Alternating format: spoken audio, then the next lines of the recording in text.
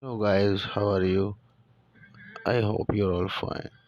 Today I'm here to talk about the violence and video games.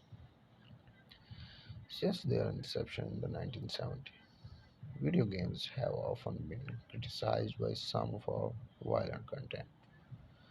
Politicians, parents, and other activists have claimed that violence in video games can be tied to violent behavior, particularly in children, and have sought ways to regulate the sale of video games.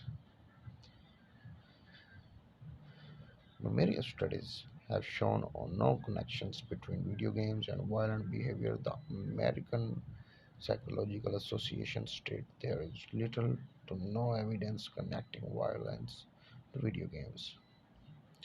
Tough to state, there is an increase in aggression that can result from playing violent video games. Background: the Entertainment Software Association report that 70% of video game players are boys under the age of 18 and 36% are women over the age of 18, with 48% of all gamers being women of all ages. They also report that the average age of gamers is 31. A survey of 1102 children between 12 and 17 years of age found that 97% are video game players who have played in the last day, and that 75% of parents check the consensus rating on a video game before allowing their child to purchase it. Of these children, 14% of girls and 15% of boys favor games with an mature and adult only rating. 64% of American adults and 70% of those under 18 play video games regularly as of 2020. Since the late 1990s, some real acts of violence have been highly publicized in relation to belief that the suspect in the crime may have had a history of playing violent video games. The 1999 Columbine High School massacre created a moral panic around video games.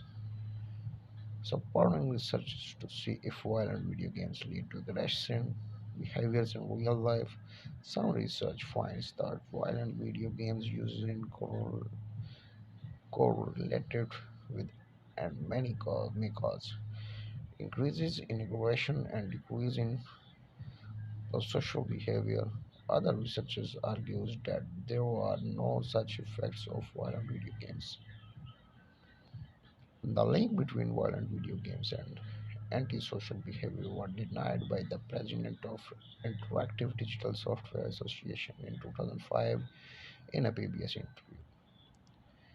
In the interview, he stated that the problem is vastly overblown and overstated by people who don't understand.